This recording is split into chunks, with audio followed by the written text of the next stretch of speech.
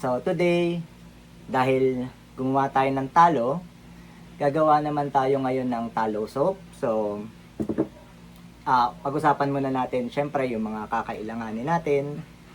So, for this recipe, parang yung pinag-usapan lang natin nung tutorial nung paggawa ng dish soap. Pero this time, syempre gagandahan natin kasi talo nga naman yung gagamitin natin para sa katawan natin to.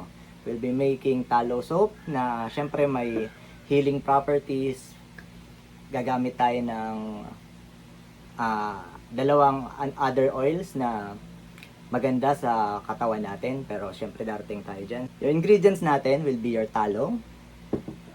Yung oils na gagamitin natin will be, isa doon will be castor oil. You should research kung ano yung mga benefits ng castor oil. Mamomotivate kayong gumawa ng ganito, ang daming healing properties ng castor oil. Next will be coconut oil. And then the last na ingredient na, hindi naman last. No. Isa sa mga ingredient pa natin will be our fragrance, will be lavender, para may bango naman siya. And of course, yung panggawa natin actually ng sabon, which will be the combination of distilled water and lye. Lye, NaOH, caustic soda, yun yung mga tawag sa kanya. Mura lang to sa Lazada, ha? Of course, syempre yung pang salok mo ng lye, your digital scale, and your thermometer. Tapos kung saan mo titimplahin, saan mo siya titimplahin yung sabon mo. And then, syempre, dahil gagandahan natin yung nakaraang usapan natin sa sabon, makeshift lang na mold. This time, we'll be using actual pretty molds para sa sabon, no? And, ayun, proceed na tayo. 24.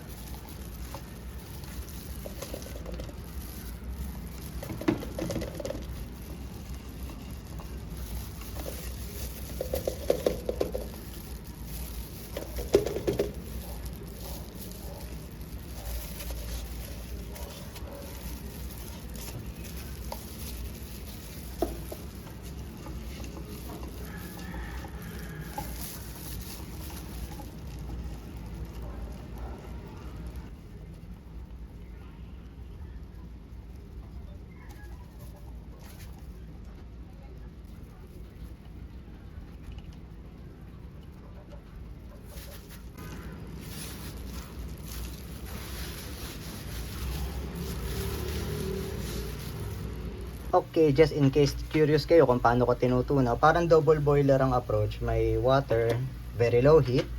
Tapos syempre may basahan dun sa loob para maprotektahan naman yung bote natin. Kasi pag direkta sa init yan, masisira yan. And actually, kapag ganyang may kulo na, pwede mong patayin na muna to para pabayaan mo na lang yung residual heat na tumunaw dun sa talo natin. Kasi hindi naman tayo nagmamadali dapat sa ganito. Dapat banayad na tunaw lang talaga.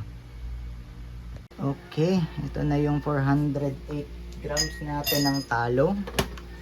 Tapos, ilan yung temp nito? Baka mamaya kailangan natin antayin pa lumamig 45 degrees So, balik tayo ng konti. Antayin muna natin lumamig ng konti yan. Kailangan mag-cool down pa tayo ng 10 degrees.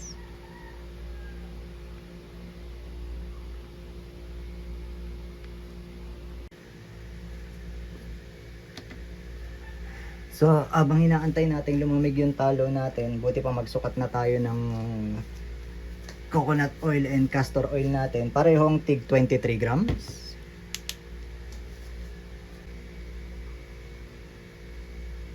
Eh, 23 na. Okay. Next, castor oil. I-zero natin ulit. Kailangan 23. 22.9. Ayun, pumatak pang isa. Come on, patak. Yun. 23.2. Isang patak lang yun. Oh, anyway, pwede na yan siguro. Antay tayo ng lumamig yung mga materyales natin, i-rep kaya natin ng konti para bumilis-bilis. Teka ha. So, para dito sa ating talo soap, Kamusta na to? 41? 4 degrees off lang naman tayo. Baka pwede na yun, no? Para matapos tayo. So, baka kasi mahirapan din tayong haluin kapag nabuo ng gusto yung talo, no? So, ready natin yung mixer natin. Tapos, ihalo na natin tong mixture ng coconut oil and castor oil.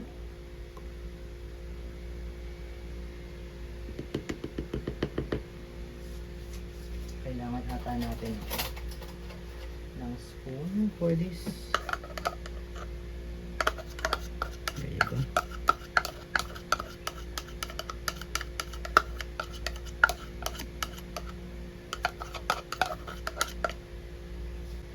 Tapos, ihalo na natin tong lye water natin. Ingat na baka matalsikan kayo. Di na ako nag-gloves, nagmamadali na ako. There you go. Preferably, sana may metal kayong container para dito. Medyo nagamit na lahat ng metal containers ko eh. So, roll na ngayon ng stand mixer natin. I mean, immersion blender natin.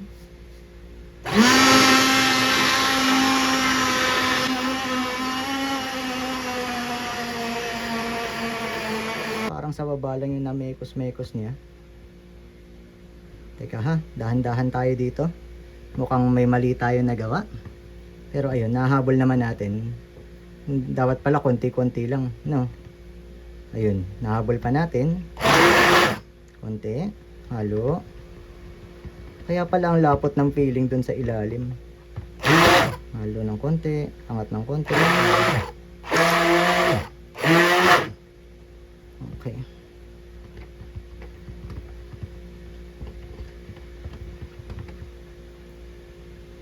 Ang bilis, malapot na agad. Kapag ganitong malapot na, kailangan ihalo na natin yung ating, tawag mo dito, ating fragrance, no? The fragrance will be 1 teaspoon ng lavender. Puno na siguro yan. Oh, 1 teaspoon ng lavender. And then, konting halo. Tapos last na mekos-mekos na.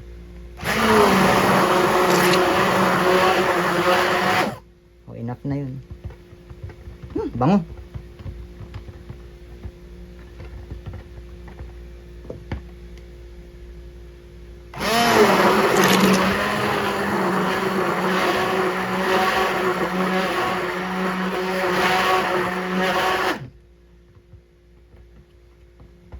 Kumusta? Malapot na ba?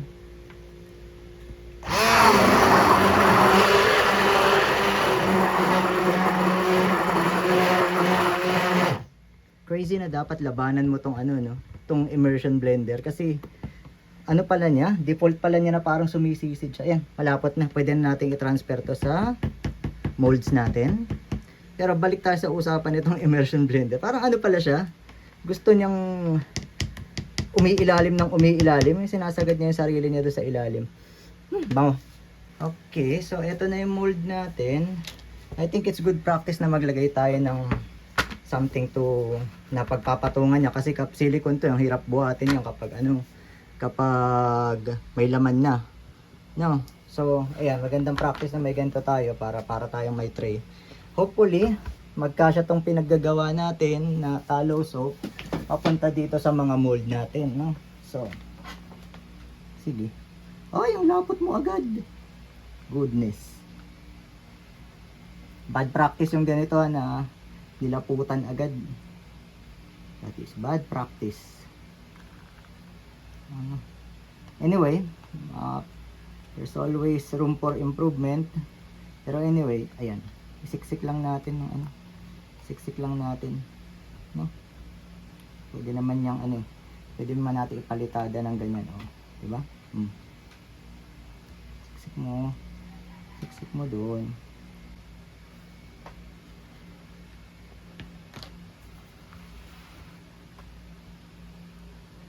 Ay, ano yung ginawa kong yun?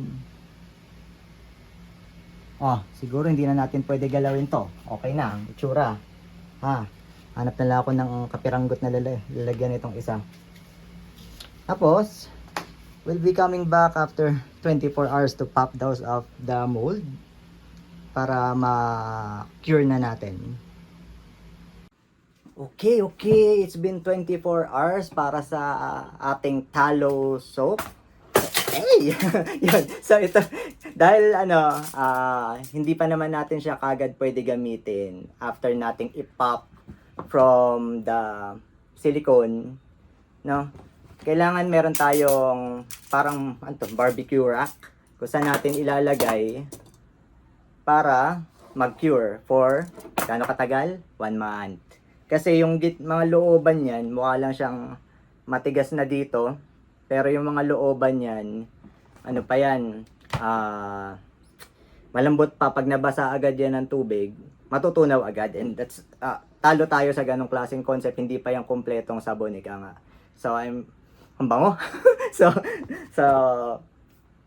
we'll be popping this out of the mold and lagay natin dito and we leave it for a month. Tapos babalikan natin. Okay. Dito na tayo sa exciting part, no? Ano ba? Ang liit kasi ng mesa natin eh. So, the best thing is alisin ko na tong parang ginawa kong makeshift na tray para hindi ako naaabala. Yan. And we do this. So, kahit isang sample lang siguro pakita ko. Kamusta ka naman? Yun ang naging bad practice. Kasi nga, hindi siya masyadong nag-set sa loob kasi ang lapot agad ng pagkakagawa natin. Pero, nevertheless, soap is soap. No? Hindi, dumikit yung iba niya eh. You know? So, parang ano na lang yan. Parang design na lang yan. Next time, ang lesson dito, wag nating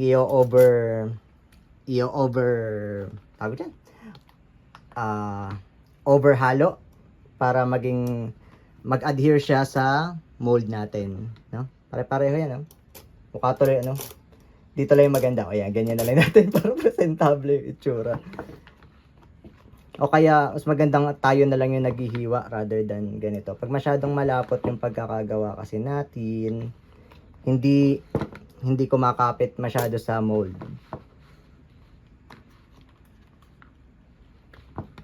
And there you go. That is our learning curve. Pero, it is soap. And it is mabango. Ang bango-bango.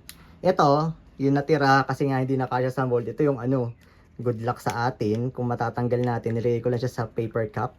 Kasi sa paniwala ko may konting oil coating ang paper cup eh. So, kamusta ka naman? Well, ayun. Mukhang may saysay naman yung ginawa natin.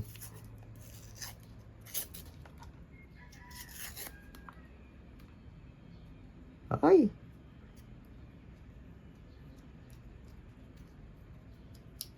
Oh, panis. Mas maganda pa kaysa dito. Ito yung mga labas-labas lang, ipulido lang natin.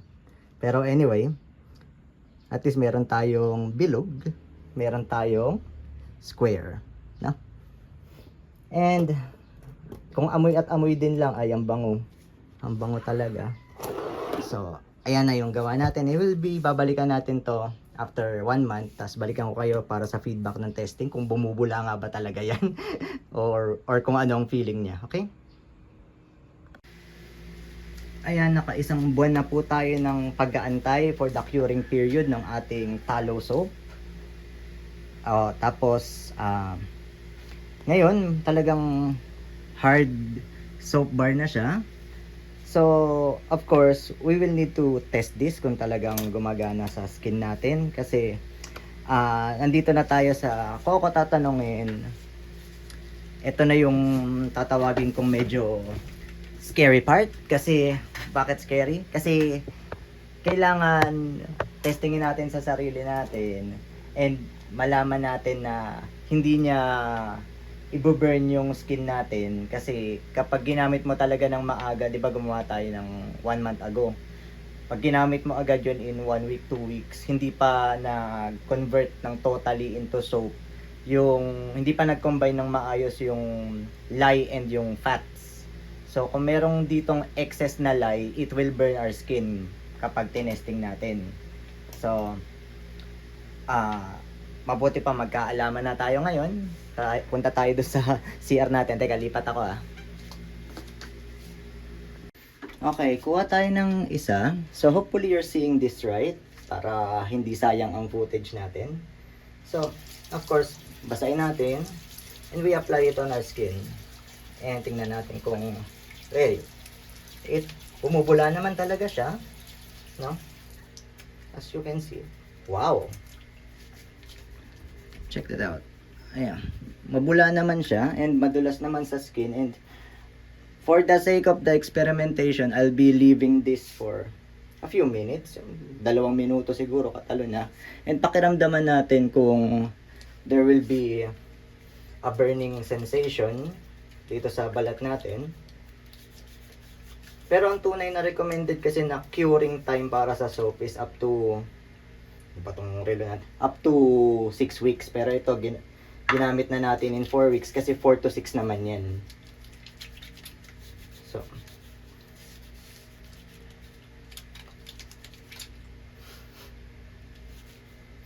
hindi na natin masyadong maamoy yung lavender niya. Oo. Pero mabula talaga siya in comparison sa ginagamit natin na commercial na soap. Okay, hopefully you're seeing this right. So far, naka 1 minute na ba tayo? Magto 2 minutes na ba? Wala pa naman ako nararamdaman na burning sensation sa skin ko. I believe this is usable already. And as far as this experiment is concerned, mukhang successful naman siya.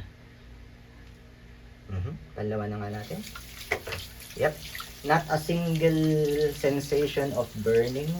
Wala naman ako nararamdaman na ganun. And that felt nice. Okay. Sorry.